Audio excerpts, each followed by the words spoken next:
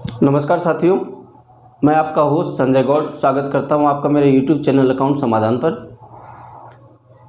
साथियों, साल 2022 हम सबका स्वागत कर रहा है और ये समय है जब हम सभी एनालाइज करें कि क्या हमारे पिछले वर्ष के टारगेट्स थे जो हम पूरे नहीं कर पाए, क्या कुछ उसमें कमी रह गई जिसको हमें इस साल 2022 में उनमें सुधार करना है और इस साल को एक बेहतरीन साल अपना बनाना है। मैं ईश्वर से प्रार्थना करता हूँ कि साल 2022 आप सबके लिए बहुत बहुत खुशियाँ लेके आए, आपकी सारी ख्वाहिशें वो पूरी हो। साथियों, अभी रिसेंटली इनकम टैक्स की डेट है 31 दिसंबर थी, वो बीत गई है। बहुत से प्रोफेशनल्स की ये दुविधा थी कि क्या सरकार ये डेट है वो एक्सटेंड करेगी या नहीं करेगी। हम सब लोग इस उम्मीद में थे कि शायद हो सकता है सरकार इस डेट को थोड़ा बढ़ा दे, लेकिन वो डेट बढ़ी नहीं। बहुत सारे लोगों को इससे परेशानी भी हुई है। नए वर्ष के साथ ही जीएसटी में भी कुछ बदलाव आए हैं, जिसमें एक बदलाव है वो सभी अकाउंटेंट्स के लिए जानना ज़रूरी है। वो ये है कि GST 3B जब आप अपना रिटर्न फाइल करते हैं तो अब आपको वहाँ पे 2A फॉर्म है वो दिखाई नहीं पड़ेगा। अब आपको ITC क्लेम करना है, वो क्लेम करना है 2B के बेसिस पे। पहले हम लोग क्या करते थे, यदि कोई ITC 2B में नहीं आ रहा है लेकिन वो 2A में है तो हम वो क्लेम कर लिया करते थे, यानी कि उसका ITC हम लोग ले लेते थे और उसमें कुछ गलती भी नहीं है। जब आपके 2A में वो ITC आपका दिखाई पड़ रहा है तो जाहिर सी बात है कि आपके सप्लायर या वेंडर जो भी है जिससे आपने गुड्स या सर्विसेज परचेज करी है, उसने ड्यू डेट के बाद अपना GSTR 1 या IFF फाइल किया है। तो आपको 2A में दिखाई पड़ रहा है लेकिन 2B में नहीं था।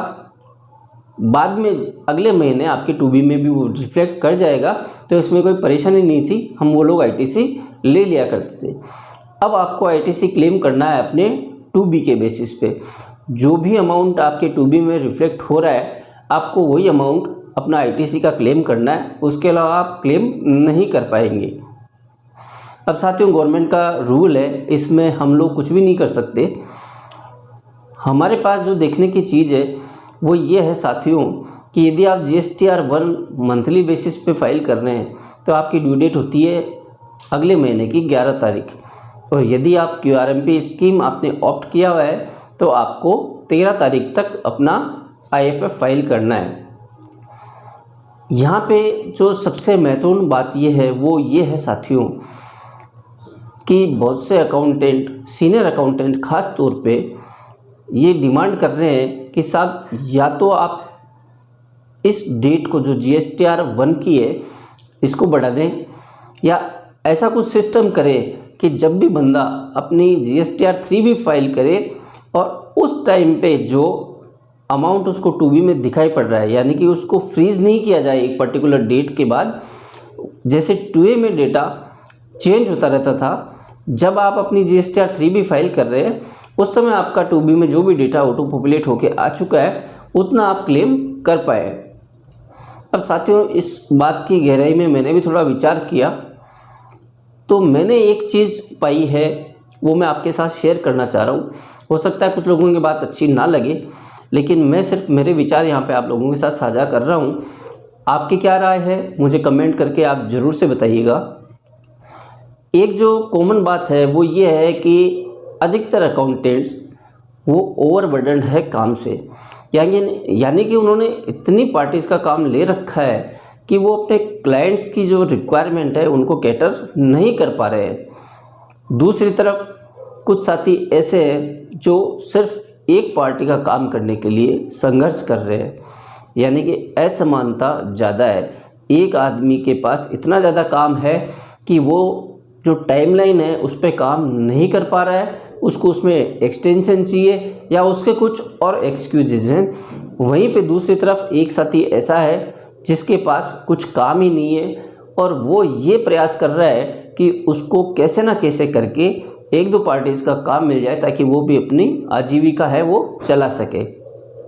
तो साथियों, यहाँ मैं जितने भी सीनियर अकाउंटेंट्स हैं, प्रोफेशनल्स हैं, उन सभी से निवेदन करना चाहता हूँ कि यदि आपके साथ भी ऐसी स्थिति है कि आपके पास काम इतना ज़्यादा है कि आप वो कर ही नहीं पा रहे हैं उस निर्धारित टाइमलाइन के ऊपर, तो उस काम को आप शेयर कीजिए दूसरे लोगों के साथ। जब वो काम मार्केट में आएगा, हो सकता है कि किसी ऐसे आदमी को काम मिले जिसको उस काम की इतनी ज़्यादा ज़रूरत हो और आपको उस काम को न करने से इतना ज़्यादा फ़र्क भी नहीं पड़े। तो साथियों, इस प्रयोग को आप भी ज़रूर करके देखिएगा। एक तरफ इससे आर्थिक असमानता है वो कम होगी देश में।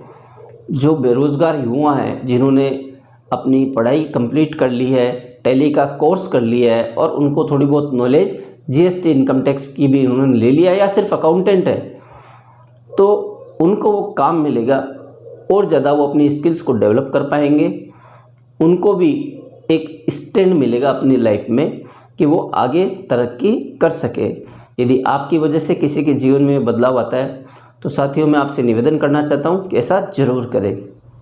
यदि आप अपने क्लाइंट्स का काम निर्धारित टाइमलाइन पे कर पा रहे हैं तो मैं बिल्कुल भी ये नहीं कह रहा हूँ कि आप अपना काम छोड़िए, आप बिल्कुल कीजिए। जितना काम आप कर सकते हैं वो बिल्कुल कीजिए, लेकिन ऐसा भी ना हो कि एक आदमी के पास तो इतना ज़्यादा काम है कि वो अपने क्लाइंट्स हैं उनको काम करके ही नहीं दे पा रहा है, दूसरी तरफ बहुत से साथी ऐसे हैं जिनके पास काम ही नहीं है और वो मार्केट में संघर्ष कर रहे हैं कि उनको जैसे तैसे कोई काम मिल सके। इस बारे में आप लोगों की क्या राय है मुझे कमेंट करके ज़रूर बताइएगा।